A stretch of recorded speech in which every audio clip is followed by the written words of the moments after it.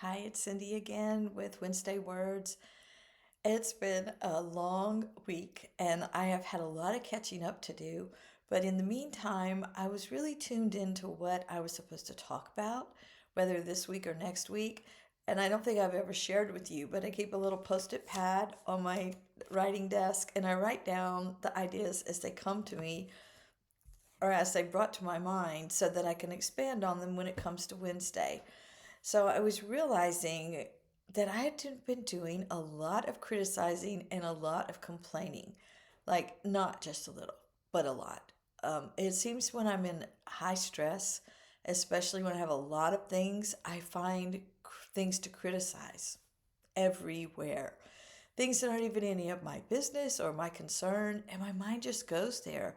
And then I could quickly switch from criticizing to complaining. So I had to get it to a point where I had to give this up and say to myself, can I change the criticizing to showing compassion? Can I change the complaining to showing caring? And no, I could not easily do that. I really had to make that a prayer and to ask the Lord to help me because I was so mired in the criticizing and complaining till I think I was enjoying it.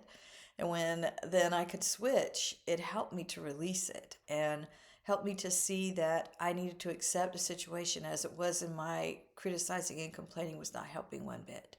It wasn't helping anyone else, and it certainly wasn't helping me. And how easy I can fall into that track. Have you ever done that? I think that trying to show compassion and trying to be more caring when you're in the midst of something that is really causing you to want to criticize and complain is quite a challenge. But I will say, when I was able to surrender it and then let it be really truly from God, I could do it. So I'm confident that you can too. And after I got through that and I started thinking about, sometimes words come to me in sets of twos and threes or in pairs of twos and fours.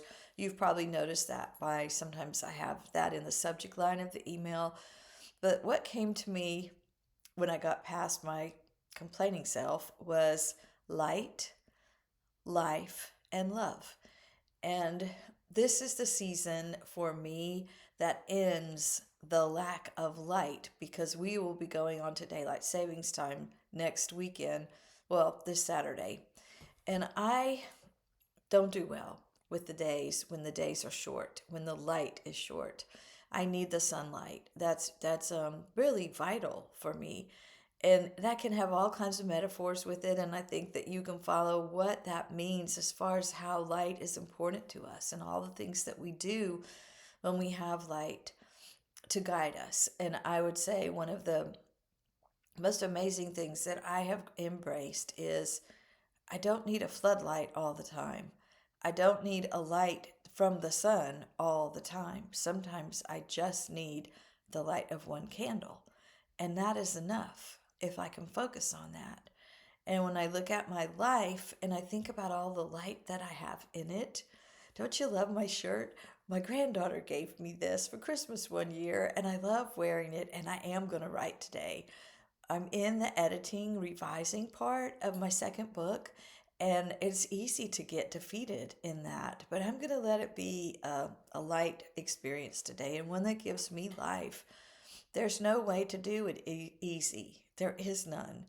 It just has to be done word by word, and that's what I'm going to do. And we'll see how far I get. And then the love, the love. There is nothing that replaces the love of God.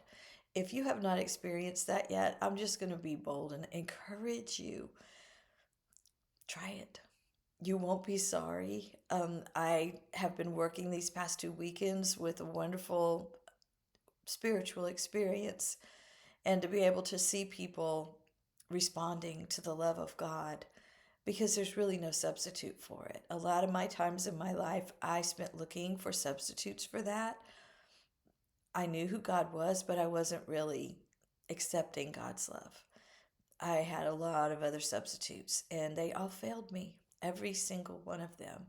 But when you have the love of God, that is truly life changing.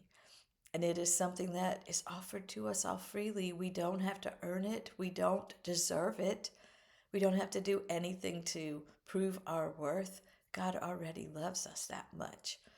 So I'm going to challenge you this week to look at maybe you're complaining and criticizing, your compassion and caring, and then really look at light, life, and love.